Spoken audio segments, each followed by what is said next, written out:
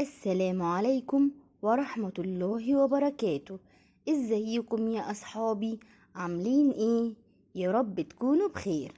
معانا النهاردة حدوتة جديدة، ما تنسوش تضغطوا لايك ويلا بينا على الحدوتة. كان يا مكان يا سادة يا كرام، ما يحلى الكلام إلا بذكر النبي عليه الصلاة والسلام.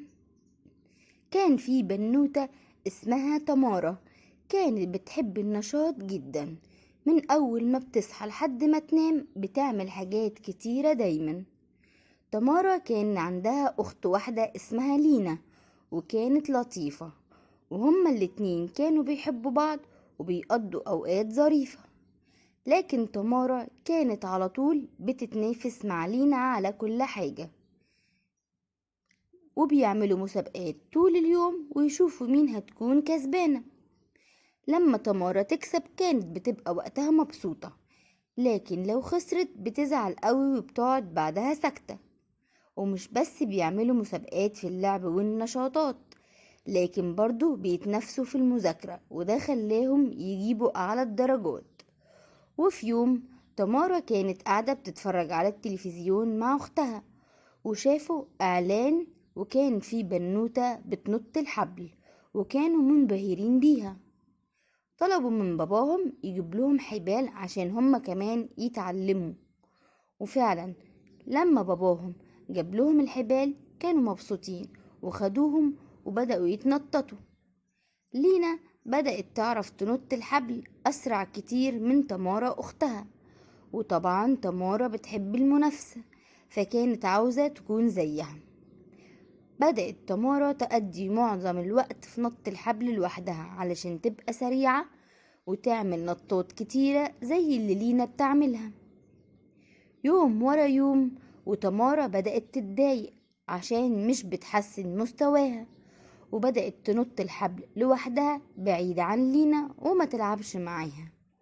لحد ما في يوم تمارا كانت بتنط الحبل كتير وبقت مرهقة، ومن تعبها اتكعبلت ووقعت على الأرض ورجلها اتعورت. فضلت تعيط وكانت زعلانة. راحت بعدها عند مامتها. ماما طبطبت عليها وعالجت الجرح اللي في رجلها وسألتها: مالك يا تمارا؟ لما تمارا حكت لها انها متضايقة علشان مش شاطرة، وان لينا بتنط الحبل احسن منها وبالنسبة لها دي حاجة سهلة، ماما ابتسمت لتمارا وقالت لها: طيب ليه ما تستمتعيش باللعبة؟ ليه كل حاجة لازم تكون بالنسبة ليكي عبارة عن مسابقة؟ المنافسة مش في كل حاجة تبقى صح ولا تفيدنا، بالعكس دي أوقات كتير هتعكنن علينا وممكن تأذينا. طبعا حلو إننا نتنافس في التعليم والأخلاق والمعاملة الحلوة، لكن مش صح أبدا إن المنافسة تكون في كل حاجة حتى ولو لعبة. طلبت ماما من تمارا تجرب تلعب مع أختها من غير ما يتسابقوا، يقضوا وقت بس مع بعض من غير ما يحاولوا يكسبوا. تمارا سمعت كلام مامتها وفهمته، ووعدتها تجرب تعمل كده، وهتحاول تستمتع بوقتها مع لينا من غير أي منافسة. وتوتة توتة خلصت الحدوتة. حلوة بقى ولا ملتوتة؟